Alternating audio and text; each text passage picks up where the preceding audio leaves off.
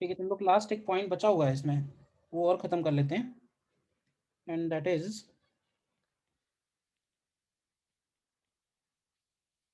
Potentiometer. ठीक है, potentiometer को हम लोग आइडियल वोल्ट मीटर भी बोलते हैं।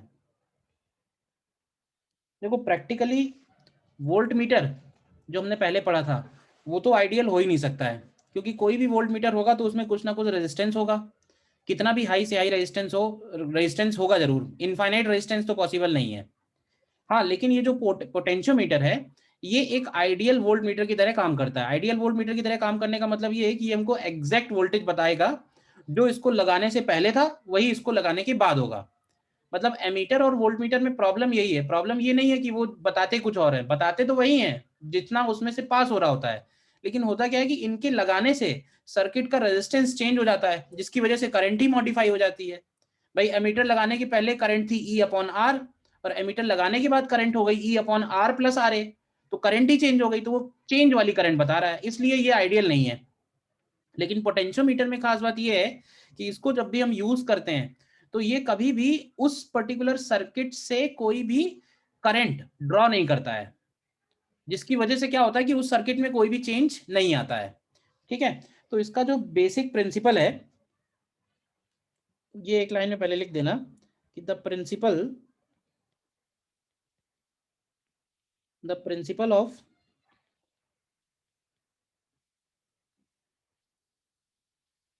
Potentiometer is based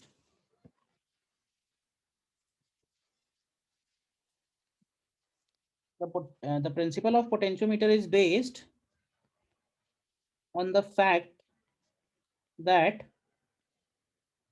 no current flows between 2 points which are at same potential.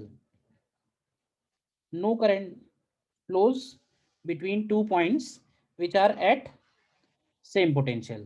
बल्कि और प्रिसाइजली लिखें तो इसको लिखना चाहिए which are at exactly same potential, which are at exactly same potential,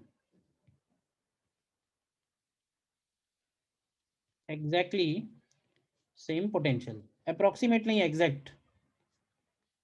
ठीक है, तो देखो इसमें क्या इसका सर्किट है। देखो पोटेंशियोमीटर एक्सटर्नल सर्किट से कोई भी करंट ड्रॉ नहीं करता है। ऐसे भी बोल सकते हैं कि पोटेंशियोमीटर के पास अपना खुद का करंट है। ठीक है, और थोड़ा बहुत दिखने में ये मीटर ब्रिज जैसा ही है। इसमें भी एक लॉन्ग वायर यूज होगा जनरली। अब वो वायर जो है वो 1 मीटर लेंथ का भी होता है कई बार, और कई बार वो वायर 10 मीटर लेंथ तक का हो सकता है। मतलब बहुत अच्छा पोटेंशियोमीटर होगा जिसमें और प्रिसाइज रीडिंग आएंगी तो उसका लेंथ 10 मीटर भी हो सकता है। और ये उस पोटेंशियोमीटर का खुद का बैटरी हो गया, और साथ में एक रियोस्टेट लगाते हैं जिससे हम सर्किट में करंट चेंज कर पाएँ। और ये जो वायर ए बी है, वायर ए बी, इसका लेंथ हो गया सपोज एल ए बी। ठीक है, और रेजिस्टेंस हो गया इसका suppose R A B. Again high resistivity uniform wire है, हाई रेजिस्टिविटी यूनिफॉर्म वायर है। तो ये बताओ कि ये जो सर्किट मैंने बनाया है तुम्हारे सामने, क्या इसमें ऑलरेडी कुछ करंट फ्लो कर रहा होगा ना, क्लोज सर्किट है। और इस पोटेंशियोमीटर से हमें जो भी मेजर करना होता है उसको हम लोग कनेक्ट करते हैं बिटवीन ए डैश। ठीक है, और यहाँ एक मूवेबल की हो गई सपोज जॉकी जे, और गैल्वनोमीटर एक रखते हैं, और ये हो गया पॉइंट सी। देखो ध्यान से। अच्छा, गैल्वनोमीटर के साथ हम लोग एक रियोस्टेट लगा के रखते ही हैं, वो तो उसकी अपनी सेफ्टी के लिए है। तो जिन भी दो पॉइंट्स के बीच में हमें पोटेंशियल डिफरेंस मेजर करना है वो दो पॉइंट्स हो गए ए डैश एंड सी डैश, और इनको हम कनेक्ट करेंगे बिटवीन ए एंड सी। कर दो इसको, इनको हम कनेक्ट करेंगे बिटवीन ए एंड सी। ठीक है। और पोटेंशियल बैलेंस पे ये काम करेगा। पोटेंशियल बैलेंस का मतलब ये है कि देखो ऊपर वाले सर्किट में करंट आई फ्लो कर रहा है और नीचे जो कनेक्ट करेंगे उसमें भी करंट हो सकता है फ्लो कर रहा हो या ना कर रहा होगा। किसी भी सिचुएशन में नल पॉइंट जब आएगा तो इस ब्रांच में कोई करंट नहीं होगा, इस ब्रांच में कोई करंट नहीं होगा। तो एक तरह से हम लोग ये बोलते हैं कि इन दोनों का पोटेंशियल इन दोनों के पोटेंशियल के इक्वल हो गया है, बैलेंस हो गया है। और उस बैलेंस पे हम लोग मेजर कर ले जाते हैं। तो बैलेंस कंडीशन में क्या होता है, ऊपर का करंट नीचे नहीं आएगा, नीचे का करंट ऊपर नहीं जाएगा। पोटेंशियोमीटर में एक छोटी सी बात तुम्हें दिमाग में बिठानी है, बस सारे क्वेश्चन बहुत आसान है, बहुत सिंपली से हो जाएंगे। और वो छोटी सी बात ये है कि जब नल पॉइंट आएगा तो इस लाइन के ऊपर और नीचे के जो सर्किट्स होंगे उनमें आपस में कोई रिलेशन नहीं है। रिलेशन बस इतना सा है कि इन दोनों के बीच का पोटेंशियल डिफरेंस इन दोनों के बीच के पोटेंशियल डिफरेंस के इक्वल होगा। और ए और सी का पोटेंशियल डिफरेंस हम लोग कैसे निकालेंगे, तो वो हम लोग मेजर करके निकाल सकते हैं। देखो कैसे निकालेंगे, उसके लिए पहले हम लोग आई निकालेंगे। तो आई की वैल्यू क्या बनेगी, आई हो जाएगा EMF of battery upon R plus capital R plus R A B. देखो ध्यान से, कैपिटल आर है तो ले लेंगे, नहीं है तो जीरो हो जाएगा। इसके बाद हम लोग निकालेंगे V A minus V B. तो V A minus V B की वैल्यू हो जाएगी I into R A B. और तीसरी चीज जो हम लोग निकालते हैं that is called voltage gradient. Voltage gradient का मतलब है वोल्टेज पर यूनिट लेंथ। तो ये जो पूरा वोल्टेज है V A minus V B, ये कितनी लेंथ में डिस्ट्रीब्यूटेड है अपॉन लेंथ अगर कर दें तो ये बन जाता है वोल्टेज ग्रेडियंट। और ये वैल्यू कांस्टेंट की तरह काम करेगी। और ये कांस्टेंट ड्यूरिंग द क्वेश्चन तब तक चेंज नहीं होगा जब तक हम पोटेंशियोमीटर के सर्किट में कोई चेंज ना करें। पोटेंशियोमीटर के सर्किट में चेंज का मतलब है ये आर ना चेंज करें, ये ई ना चेंज करें, इस वायर का रेजिस्टेंस नहीं चेंज करें। अगर हमने पोटेंशियोमीटर सर्किट फिक्स रखा है तो पोटेंशियल ग्रेडियंट या वोल्टेज ग्रेडियंट की वैल्यू फिक्स रहेगी। अब वोल्टेज ग्रेडियंट का क्या फायदा है, तो अगर मान लो कि ये लेंथ यहां से लेके यहां तक की एल है, तो हम लोग ये बोलेंगे कि under balancing conditions, under balancing conditions, तो बैलेंसिंग कंडीशंस में V A minus V C की value V A dash minus V C dash के इक्वल होगी। और ये वैल्यू हम लोग लिखेंगे पोटेंशियल ग्रेडियंट इनटू एल। बस ये बेसिक सा प्रिंसिपल है। इतनी बातें हैं जो तुम्हें दिमाग में रखनी है बस। बाकी सब जो पहले पढ़ रखा है बस वही काम आएगा।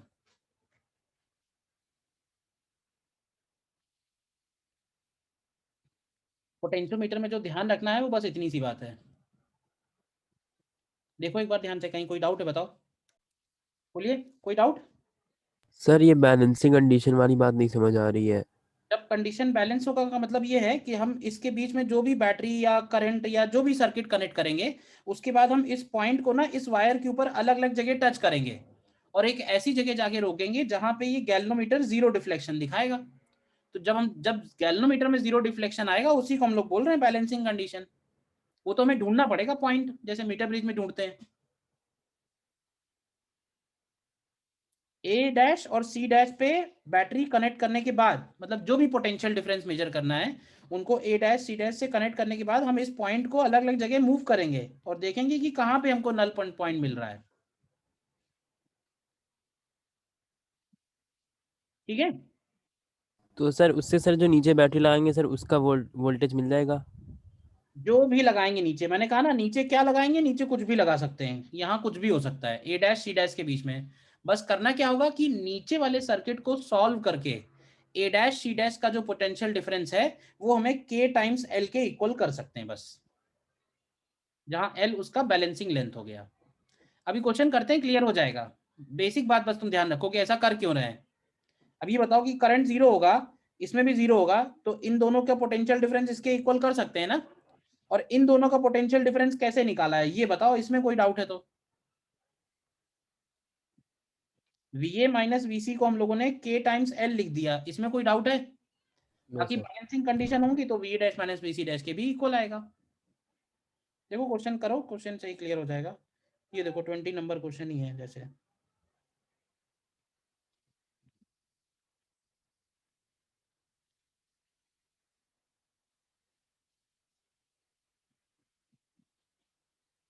देखो ध्यान से करो, पहले ट्राई करो अपने आप। देखो मैं एक बार बता देता हूँ उसको क्या करना है। सबसे पहले देख लो कि क्या क्या चीजें गिवन है। पोटेंशियोमीटर वायर ए बी जो गिवन है उसका लेंथ गिवन है और उसका रेजिस्टेंस गिवन है। तो आर ए बी की वैल्यू गिवन है हमको 12 आर, देखो ध्यान से, ठीक है। बैटरी का इंटरनल रेजिस्टेंस आर है। अच्छा, बाद में हमने इस लाइन के नीचे क्या किया है वो हमारे लिए बात की बात हो गई। पहले हम के कैलकुलेट कर लें ऊपर का। तो के कैलकुलेट करने के लिए क्या करना है, हमको इस ब्रांच में करंट चाहिए, ऊपर लूप में कितना करंट है। तो करंट की वैल्यू होगी ईएमएफ अपॉन टोटल रेजिस्टेंस। तो देखो क्या टोटल रेजिस्टेंस में 13 आर आ जा रहा है, बताओ। Yes sir. क्लियर इतनी बात। इसके बाद दूसरा स्टेप है V A minus V B निकालना। तो V A minus V B निकालने के लिए आई में हम 12 आर मल्टीप्लाई करेंगे। तो V A minus V B की वैल्यू हो जा रही है 12 E/13। और तीसरा स्टेप है के निकालना। तो के की वैल्यू होगी पोटेंशियल डिफरेंस अपॉन उस वायर का लेंथ। तो ये हो जाएगा 12E/13L। पहले ये बताओ इक्वेशन 1 तक पहुंचने में कोई डाउट है? No sir. No sir. ठीक। अब देखो, अब ये जो मैंने डॉटेड लाइन खींची है, अब ये बताओ कि इसके नीचे का सर्किट और इसके ऊपर के सर्किट को हमने बैलेंस किया है। नो डिफ्लेक्शन का मतलब होगा कि गैल्वेनोमीटर में कोई करंट नहीं है। अब मुझे ये बताओ कि अगर गैल्वेनोमीटर में कोई करंट नहीं है तो ये जो बैटरी लगी हुई है गैल्वेनोमीटर के साथ, क्या उसमें से कोई करंट होगा? पॉसिबल है? बताओ। इस ब्रांच में करंट नहीं है तो इसका मतलब इस पूरी ब्रांच में कोई करंट नहीं हुआ ना। Yes sir. तो इसका मतलब है कि बैटरी एक तरह से ओपन सर्किट में है। तो ये बताओ कि पॉइंट ए डैश और पॉइंट सी डैश, तो इसको हम लोग लिखेंगे V A dash minus V C dash is equal to V A minus V J. अब ये बताओ कि ए डैश से चल के सी डैश तक जाएंगे तो पोटेंशियल ड्रॉप क्या मिलेगा नीचे सर्किट के हिसाब से। तो नीचे वाले सर्किट के हिसाब से तुमको मिलेगा E/2 इक्वल टू ऊपर वाले सर्किट के हिसाब से क्या मिलेगा। तो ऊपर वाले सर्किट के हिसाब से मिलेगा के टाइम्स स्मॉल एल। तो के की वैल्यू है 12E/13L और इंटू स्मॉल एल। तो देखो स्मॉल एल की वैल्यू आ जाएगी 13 कैपिटल L/24। बस लास्ट में तुमको ये काम करना है, नीचे वाले सर्किट का और ऊपर वाले सर्किट का पोटेंशियल डिफरेंस मैच करा देना है। पहले 3 स्टेप जो है ये कॉमन है के निकालने के लिए। कुछ क्वेश्चन में के निकालना पड़ेगा, कुछ क्वेश्चन में 2 इंफॉर्मेशन दी होंगी तो के को के रहने देंगे, 2 इक्वेशन बनेंगी, डिवाइड करेंगे तो के कैंसिल हो जाएगा। क्योंकि के तब तक चेंज नहीं होगा जब तक हम इतना पार्ट में कोई चेंज नहीं करते हैं तब तक। बताओ।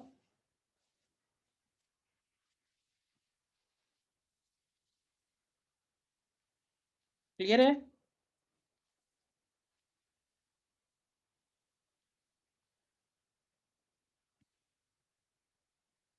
या कोई डाउट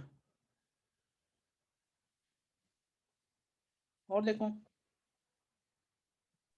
सर ये ओपन सर्किट पे काम करता है इसलिए ज्यादा एक्यूरेट बोलते हैं ना सर इसे। नहीं, इसे एक्यूरेट इसलिए बोलते हैं क्योंकि ये हमको वोल्टेज का मतलब वोल्टेज ही देता है। ये एक्सटर्नल वाले सर्किट से कोई भी करंट ड्रॉ नहीं कर रहा है। वोल्ट मीटर में प्रॉब्लम ये होती है कि उसको लगाते ही करंट चेंज हो जाता है। ये है। यस देखो सर। नेक्स्ट देखो, इसको हम जिससे भी सर्किट से कनेक्ट कर रहे हैं उस सर्किट को ये नहीं छेड़ रहा है, कहने का मतलब ये है। उसका कोई भी करंट ऊपर नहीं आ रहा है, इसका कोई भी करंट नीचे नहीं जा रहा है। तो बस एक तरह से मैचिंग हो रही है। देखो नेक्स्ट देखो,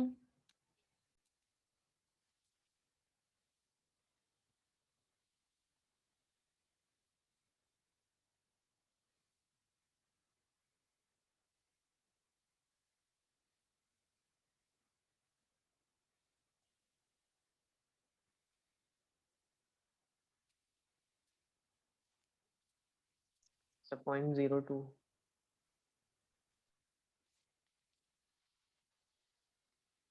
पोटेंशियल ग्रेडियंट निकालना है और हमको लेंथ दिया हुआ है। तो अब ये बताओ कि ऐसे बोल सकते हैं कि अंडर बैलेंसिंग कंडीशंस,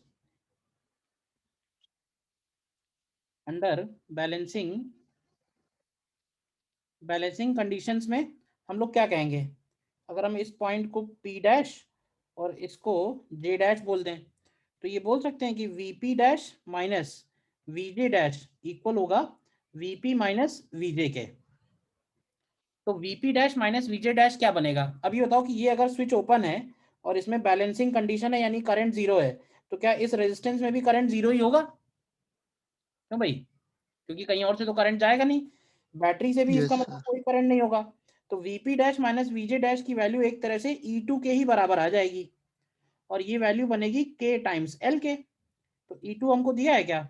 E2 दिया हुआ है 1.02, K हमको निकालना है, और L की वैल्यू भी हमको दी हुई है 49 सेंटीमीटर। तो देख लो K कितना आता है निकल के यहाँ से। सर 51 आएगा, वो क्यों से दिया हुआ है 49। Q से दिया है ना वो, करेक्ट करेक्ट करेक्ट, Q से दिया है तो वो 51 आएगा, तो ये 0.02 वोल्ट पर सेंटीमीटर हो गया। बस बताओ, आया समझ में? नहीं आया?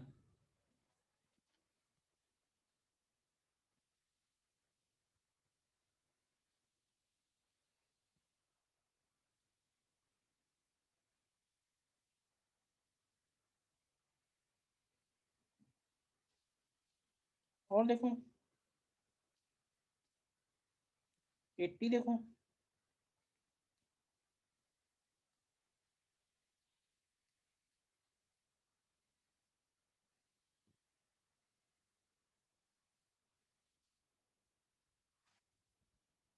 एट्टी देखिए, कह रहा है कि balancing length of a cell, मतलब कोई भी एक सेल होगा, ठीक है। अब वो जो सेल है उसमें ईएमएफ भी होगा और उसमें इंटरनल रेजिस्टेंस भी होगा। तो मान लेते हैं ईएमएफ ई है और इंटरनल रेजिस्टेंस आर है।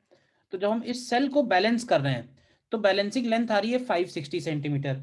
तो क्या पहली इक्वेशन ये बना सकते हैं कि EMF E will be equal to K times 560 centimetre? बताओ, इसमें कोई दिक्कत किसी को? जब हमने अकेला ये सेल बैलेंस किया है। सर इसमें सेकंड, माइनस आई आर नहीं होगा?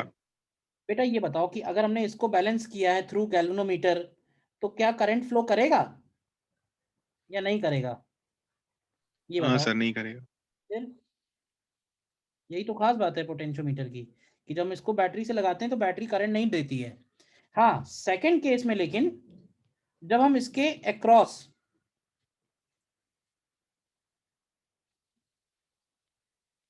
जब हम इसके साथ एक दूसरा रेजिस्टेंस लगा देंगे तो थोड़ी कहानी बदल जाएगी।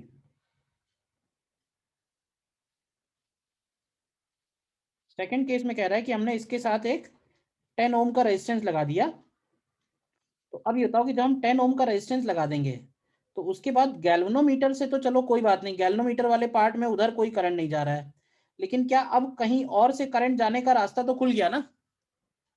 गैल्वेनोमीटर वाले ब्रांच में कोई करंट नहीं जा रहा है, लेकिन क्या इधर का करंट इधर तो घूम ही सकता है ना? Yes sir. तो अब सेकंड केस में क्या है, पहले केस में E की वैल्यू K टाइम्स 560 थी, सेकंड केस में बनेगी equation E minus I R is equal to K times. अब बताओ कि क्या लिखना चाहिए, 60 ऐड होगा या 60 सब्ट्रैक्ट होगा? सब्ट्रैक्ट होगा। क्यों? सर ई कम हो रहा है। पोटेंशियल डिफरेंस कम हो रहा है, ठीक है। और I को हम लोग क्या लिख सकते हैं, करंट की वैल्यू। I को लिख दो, I को लिख दो E upon R plus R. क्यों भाई? 10 प्लस आर कर दो, this is equal to K times 500। इसको बोल देते हैं इक्वेशन 2। अब तुम 1 और 2 डिवाइड कर दो, देखो E cancel, K cancel, small r निकल आएगा। अच्छा क्वेश्चन है ये। दोनों इक्वेशन डिवाइड कर दो तो E कैंसिल हो जाएगा दोनों इक्वेशन से, K कैंसिल हो जाएगा, तुम्हें स्मॉल r की वैल्यू निकल आएगी, वही निकालना था। Yes sir.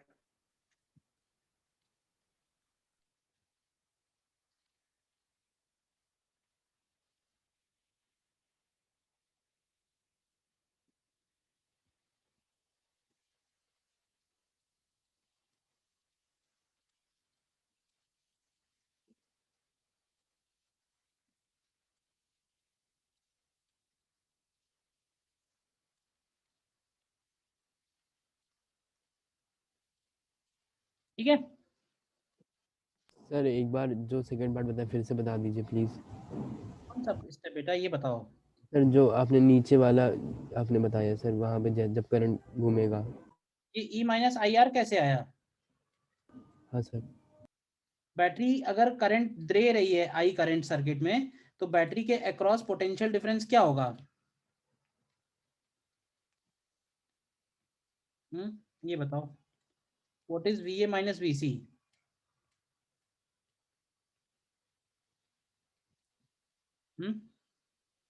E minus I R ही तो होगा, बैटरी डिस्चार्ज हो रही है तो।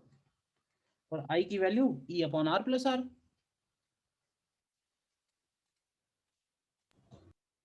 Yes sir. सर वो इस बार एसी में सर करंट क्यों आ गया? क्योंकि इधर 10 ओम से रास्ता खुल गया ना करंट का, इधर तो करंट 0 ही रहना है, तो पहले तो रास्ता नहीं था ना, करंट कहाँ से जाता? तो पहले केस में करंट 0 था, कोई रास्ता नहीं था। दूसरे केस में उसने कहा कि हमने इसके साथ में एक रेजिस्टेंस लगा दिया है, तो अगर इसके साथ में रेजिस्टेंस लगा दिया तो ये सर्किट तो कंप्लीट हो गया ना। ऊपर वाले सर्किट का और नीचे वाले सर्किट का आपस में कोई करंट इंटरचेंज नहीं हो रहा है, लेकिन नीचे का नीचे तो रह ही सकता है ना करंट, इसलिए ऐसा हुआ।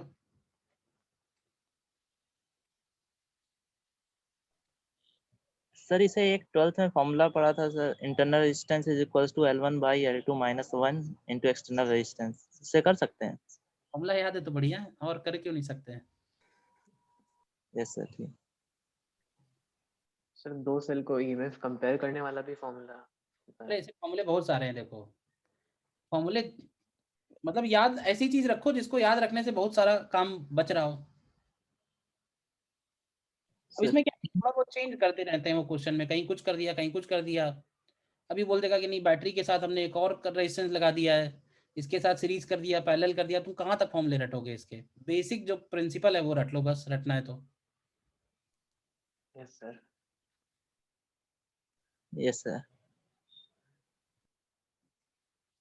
ठीक है, तो करंट वाला चैप्टर यहाँ खत्म होता है, और अब आप बची हुई डीपीपी और एचसीवी में 2 क्वेश्चन है शायद उसके, बता देता हूँ।